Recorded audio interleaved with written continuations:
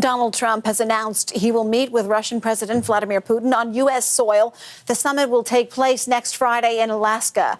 It comes after a deadline for Putin to agree to a Ukraine ceasefire passed without any movement. CBC's Karen Pauls joins us now from Washington. Karen, what's the latest on this?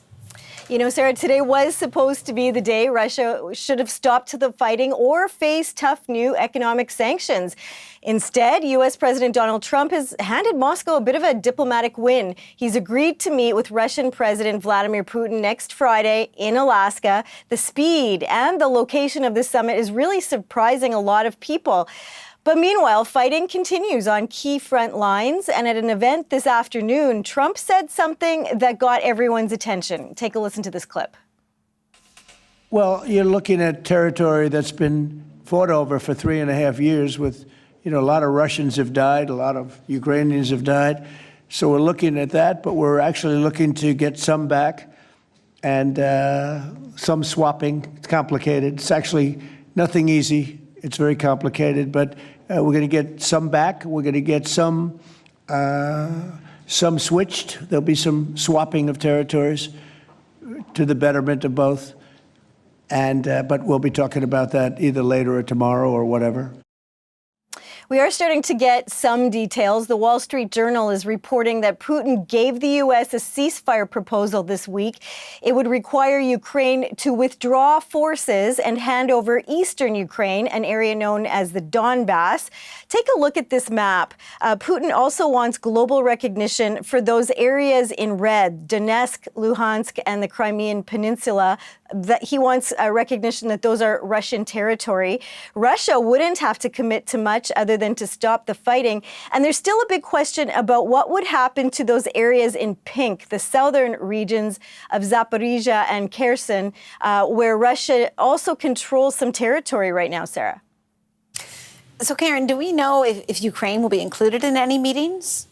You know, not this first one, and that's a bit of a concern for President Volodymyr Zelensky, who obviously wants to be part of any talks on Ukraine's future. He's been busy talking to world leaders and posting on social media, talking about the idea of joint efforts, and also writing in part in this tweet. There already is a lot of support, and it comes in new circumstances with a deadline now set for Russia to cease fire. So far, we see that the Russians are ignoring it, at least for now. Today has brought, again, killings and Russian shelling. Now, remember, Putin was a KGB foreign intelligence officer for 16 years. He knows how to manipulate people and situations, and so there's a lot of concern about Russia becoming increasingly sidelined in all of this. Take a listen to this clip from an analyst. This bilateral meeting can only be a preliminary to a meeting that involves and includes Zelensky and Ukraine.